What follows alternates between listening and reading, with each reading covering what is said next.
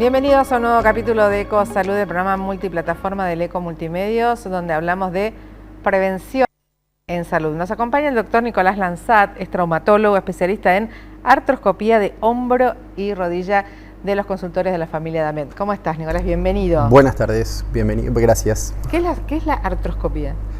La artroscopía es el estudio de las articulaciones. Es un estudio mínimamente invasivo por el cual accedemos a las articulaciones y podemos tener un diagnóstico y un tratamiento. ¿Y eso se aplica, para todo tipo de Es una cirugía. lesión? Sí, es una cirugía, es una práctica quirúrgica que solemos aplicarla para lesiones en articulaciones. ¿Se eligen cuáles? ¿En qué circunstancias? Las más frecuentes, por ahí las lesiones más frecuentes que ocurren son en rodilla y en hombro. En rodilla principalmente y en hombro seguido con lesiones del manguito rotador, lesiones del bíceps, cuerpos extraños, sí, artropatías también. ¿Y en rodillas cuáles son las lesiones más comunes? Las lesiones más frecuentes generalmente en rodillas es el ligamento cruzado anterior, seguido de lesiones meniscales. Sí. Ajá. ¿Y eso qué lo provoca? Mira, generalmente son deportes con cambios de sentido, con cambios de orientaciones, deportes de contacto que tienen cambios de orientaciones en el cual el deportista, ya sea por fatiga, ya sea por mal uso, ya sea por sobreexigencia, se ve afectada su rendimiento, sus músculos y no responde ante los cambios de direcciones y es ahí donde ocurre la lesión. ¿Hay señales o es en el momento? No, es en el momento, sí. A veces puede pasar algún deportista que no hizo el precalentamiento, algún deportista que no está preparado físicamente, algún deportista que no está hidratado, que no está bien nutrido y a veces puede pasar esas lesiones. Y cuando se aborda a través de la artroscopía, ¿qué es lo que se mira? ¿Qué es lo que se arregla, entre comillas? Nosotros generalmente lo que hacemos es una artroscopía, una reconstrucción del ligamento cruzado anterior en la cual tomamos injerto del propio cuerpo, que puede ser de isquiotibiales, que puede ser del hueso tendón hueso, del tendón rotuliano, que puede ser diferentes tipos de injertos que podemos tomar del mismo cuerpo de la persona o de algún banco de huesos y se trabaja sobre la orientación de un neoligamento que trata de representar el ligamento que tenía, que es el principal estabilizador de la rodilla. Claro. Y eso, después que lleva una rehabilitación, la persona queda bien. No, sí. La práctica es ambulatoria. Es una práctica quirúrgica aproximadamente que dura 1 hora. Es ambulatoria y luego de la práctica nosotros lo que hacemos es a las 48 horas controlarlo en consultorio a ese paciente y empezar lo que es una terapia de rehabilitación. Se trabaja, en total son 7-8 meses, ahora cada vez se estira un poquito más para que tenga una buena vuelta al deporte. Y los primeros 3 meses son generalmente en un centro de rehabilitación con un kinesiólogo, para después pasar a hacer trabajo de campo, para después pasar a hacer un trabajo de algún deporte que no sea de contacto, que sirva para la vuelta al deporte y que sea progresivo. Mientras vos vas haciendo el seguimiento de cómo va evolucionando. Mes a mes lo vamos controlando. Mencionaste lo del manguito rotador. Sí. Que es como muy común. ¿Qué es el manguito rotador? ¿Dónde está ubicado y cómo lo podemos lesionar? El manguito rotador es un conjunto de 4 músculos que se ubican en el hombro, que se encarga de lo que son los movimientos del hombro, de la rotación interna, externa, flexión, extensión del hombro, y básicamente tiene sus lesiones ya en algunos deportes específicos, ¿sí? Como el básquet, como el rugby. En esta ciudad se practica mucho el rugby y tenemos muchos pacientes con afectación del manguito rotador del rugby. Bueno, la artroscopía es un buen método diagnóstico y de tratamiento para las lesiones del manguito rotador. Cuando uno de estos músculos, generalmente el supraespinoso, que es uno de los músculos de este manguito rotador, se ve afectado con un desgarro parcial o completo, se puede solucionar mediante una sutura artroscópica del músculo. ¿Y también se elige una parte del cuerpo y se suplanta? ¿Es lo mismo o no? No. ¿Cómo es eso? No, lo que hacemos es fijarlo al hueso mediante una sutura, un método de sutura, una fijación ósea con arpones, para que eso quede integrado. ¿Y eso también tiene una recuperación? Sí. ¿Rehabilitación también? Sí, lo mismo, exactamente. Inmovilización con un cabestrillo las primeras semanas y posterior rehabilitación. ¿Algunos trabajos, algunas tareas pueden provocar también este tipo de lesiones? Sí. Pacientes que por ahí tienen algún traía de fuerza o pacientes que por ahí no están acostumbrados a trabajar en alturas, pacientes que están trabajando con cables, pacientes que trabajan en las antenas. Hay un montón de casos. Has tenido eso, te han llegado, sí. ¿no? ¿Y cuáles son, por ejemplo, las dudas que más surgen, ¿no? Cuando decís tenés una lesión en el manguito rotador?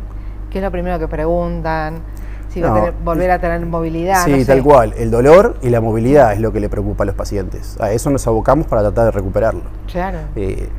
No todas las lesiones de manguito rotador son quirúrgicas, se operan las graves y tratamos obviamente, tratar de buscarle el beneficio al paciente, buscar la calidad de vida del paciente. Y de rodillas, porque viste que las rodillas también son zonas como muy sensibles. Sí. Y no sé si hay como mucho mito, ¿qué? ¿Viste? Esto es decir, también recuperaré movilidad, además del dolor, ¿no? Pero también, ¿qué se plantea como dudas? Sobre todo el tema está en que si uno vuelve a ser el mismo que era, tiene esa duda el paciente. ¿Volveré a ser el mismo? ¿Podré volver a mi deporte, a hacer lo que yo hacía? ¿Podré volver a rendir de la misma manera? Bueno, uno busca eso, que el paciente vuelva a hacer lo que era y que pueda rendir. Una ruptura del ligamento cruzado anterior, una vez que ya se rompió, no va a ser el mismo, pero uno intenta que el paciente puede retornar a su actividad deportiva ad integrum sin ningún tipo de problema. Una ciudad como Tandil, donde hay mucho deporte, ¿estas lesiones se reiteran? Sí, las lesiones deportivas generalmente tenemos alrededor de un 41 o 42% de las lesiones deportivas que son musculares, distensiones, esguinces, y después vienen las lesiones articulares como el ligamento cruzado. Acá en Tandil hay un montón de grupos de running, de actividad física, de deportistas amateur que no están preparados o deportistas ocasionales, y nos pasa esto, nos pasa que hay un montón de gente que sufre este tipo de lesiones por sobrecarga, por no estar preparado, por no tener una adecuada alimentación, por no haber hecho una adecuada preparación física previa, y intra y post deporte. Hablaste de la alimentación, ¿qué rol cumple? Fundamental. Hoy por hoy prácticamente trabajamos en un enfoque multidisciplinario con las kinesiólogas, parte de kinesiología, y también con las nutricionistas, que son las que nos ayudan a nosotros a tener un abordaje íntegro del paciente. ¿Y eso que se dan alimentos de acuerdo a la actividad que realiza, tiene que ingerir? Exacto, de acuerdo a la actividad que realiza el paciente es la alimentación que va a llevar. ¿Una lesión de estas características en un deportista amateur, un deportista profesional, impacta de la misma manera? ¿El cuerpo responde de la misma manera? Las edades son diferentes y un deportista amateur va a tener una rehabilitación distinta a la de un deportista profesional. Las edades es importante, el tiempo de respuesta biológica del cuerpo también es importante. No es lo mismo rehabilitar un paciente de 40 años a rehabilitar un paciente de 20, jugador de rugby activo. Entonces uno tiene diferentes estrategias desde el punto de vista biológico. Recién hablábamos del injerto, bueno, se utilizan diferentes injertos para el ligamento cruzado, y también de la rehabilitación, los tiempos de rehabilitación, los tiempos de exigencia de rehabilitación a la vuelta al deporte. Aquellos que son deportistas profesionales tienen otra exigencia, entonces uno busca darle una mayor seguridad desde el punto de vista del tratamiento quirúrgico y desde el punto de vista también del tiempo del regreso al deporte. Uno entiende que por ahí en profesionales tiene como más conciencia del cuerpo, la parte del cuerpo que se pone en juego, por ahí es un mito que uno tiene, ¿no? Sí, es verdad, es verdad. ¿Es un mito? Es un mito. Bueno, con esto de cómo responde también, y me imagino que esto también debe tener que ver con la autoexigencia, ¿no? Sí, mucha, porque también la presión también. Distintos tipos de deporte, distintos tipos de presión, y cada vez el deportista se sobreexige más o piensa que va a rendir más por tener muchísima más preparación o darle mucha más importancia de la que debería. A veces no hace falta darle mucha más importancia, mucho más tiempo de deporte si vos no estás preparado para hacerlo. Claro. Entrenamientos, ¿no? Para llegar a una determinada prueba que se tenga que hacer. ¿Uno puede llegar lesionado a una prueba? Sí, puede llegar lesionado a una prueba, sí, se ha visto eso también. Eso es lo que uno intenta de este lado, tratar de ayudarlo al paciente, tratar de acompañarlo, tratar de guiarlo en lo que uno tiene que hacer y hacerlo de manera correcta. ¿Una persona sedentaria puede lesionarse también? Sí, hay las famosas fracturas por estrés o lesiones por estrés también. ¿Cómo es eso? ¿Cómo responde el...? No, la persona que no está preparada o la persona que no hace ejercicio y sufre lesiones, también el cuerpo se va atrofiando y ese cuerpo también va sufriendo. Lamentablemente es así, si uno no lo acompaña al trabajo con algún deporte que le guste, con algún tratamiento de hacer para uno tener una mejor calidad de vida. En definitiva es eso.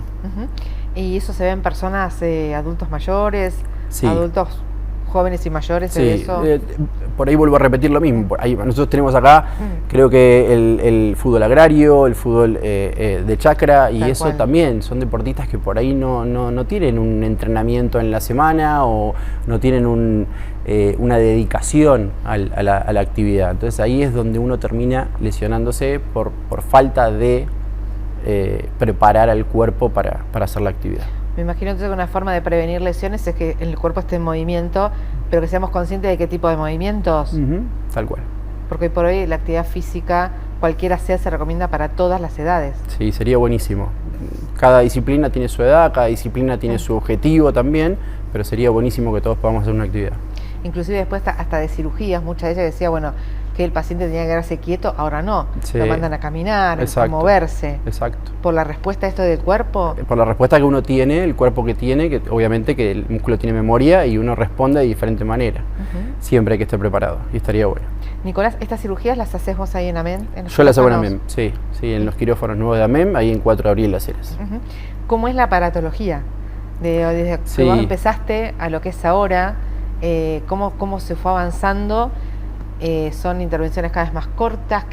¿Cuál es la tendencia? Generalmente hoy en Tandil tenemos 2 centros importantes, como son la clínica y el sanatorio, y AMEM empieza a ocupar un tercer puesto en la práctica ambulatoria quirúrgica. Se trabaja mediante una torre de artroscopía, que es una cámara, un shaver, un monitor, una fuente de luz, en la cual nosotros podemos tener armado un equipo de artroscopía para hacer la práctica quirúrgica, este tipo de introducción en las articulaciones, como hablábamos recién. Sí. El lugar está, los quirófanos están planificados y están armados con la tecnología. La verdad que son quirófanos muy lindos, y hemos logrado tener una torre ahí, una torre de artroscopía con el equipo necesario para hacer las prácticas quirúrgicas necesarias, en este caso ambulatorias. Hacemos cirugías de rodilla, hacemos cirugías de hombro, hacemos cirugías ambulatorias también de muñeca, de mano, y cada vez va creciendo más. Se está dando a conocer más, va creciendo más y es un centro de importancia. ¿Cómo es la técnica? Uno piensa en cirugía como que te abren, ¿viste? Sí. ¿Y cómo es esto? ¿A través de la tecnología de...? Generalmente lo que hacemos son abordajes mínimamente invasivos. Son abordajes chiquititos en la rodilla, en el cual uno mete una cánula, esa cánula tiene conectada una cámara y eso va a un monitor. Entonces yo veo la articulación, en este caso tuya, de la rodilla en el monitor. Y trabajo con pequeñas incisiones adentro de la rodilla y lo voy viendo en la cámara. Y ahí vas haciendo las correcciones. Sí, en el estos caso pequeños de implantes. Exactamente, sí. Se trabajan desde ligamentos cruzados, síndromes meniscales, lesiones osteocondrales, lesiones en el hueso. Hay un montón de prácticas quirúrgicas que uno puede hacer mediante el abordaje mínimamente invasivo, tanto en rodilla como en hombro. O sea que la actualización es permanente. Sí. Sí, la actualización es permanente, va cambiando año tras año y la verdad que es una práctica que nos lleva a tener, que es obviamente mucho menos incruenta que abrir, como vos te imaginabas ahí recién, y que nos ayuda a nosotros a tener una visión directa de la articulación y no tener tanta injuria en la piel del paciente y en la biología del paciente. Hay más precisión también. Se necesita más precisión. Sí, claro. ¿Inteligencia artificial ya empieza a cruzar también? Inteligencia artificial empieza a cruzar con algunos tipos de robot que empiezan a hacer la práctica y algunos tipos de aparatología que hoy en día están surgiendo. Hasta ahora no lo tenemos acá, no tenemos tampoco textos o papers a través de eso, pero imagino yo que va a ir cambiando con el correr del tiempo. Es un desarrollo, ¿no? Es algo que está en vías de desarrollo. La inteligencia artificial ya está, se ha instalado y bueno, para todos los rubros, ¿no? Me imagino que en cuanto a medicina y aparatología... No estamos ajenos a eso. Exactamente. Nicolás, ¿qué pasa si una lesión de rodilla no se trata? Si uno queda a mitad de camino y dice, bueno, hay que hacer esta cirugía y uno posterga o directamente no lo hace. ¿Cuáles son las consecuencias que puede traer? Primero hay que aclarar que no todas las lesiones de rodilla son quirúrgicas. Estamos trabajando también para eso, para que podamos resolver las lesiones con un tratamiento conservador en muchos de los casos. Por eso yo invito a todos los pacientes siempre a tener una primera consulta sobre su lesión. No tengan miedo a preguntar, no tengan miedo a consultar, porque yo siempre digo lo mismo. para eso estamos, para tratar de solucionar el problema, y si no lo sabemos, acompañar al paciente e investigar a ver cuál fue el problema y tratar de buscar la solución. Sí. Dicho esto, creo yo, o por lo menos es a lo que uno apunta, que si haya que operar y haya que solucionarlo, sea la solución definitiva. ¿Qué pasa si no lo haces? Que era lo que vos me preguntabas. Generalmente cuando uno tiene una lesión y la deja pasar y no la trata, puede llevar a la degeneración crónica del cartílago articular o de la articulación que estamos tratando o viendo. Y termina en un proceso de artrosis, con una degeneración, con un dolor crónico y en definitiva disminuir ese rango de movilidad que tiene la articulación, con rigidez, y lleva después a una solución, digamos, más drástica en cuanto al abordaje del tratamiento del paciente.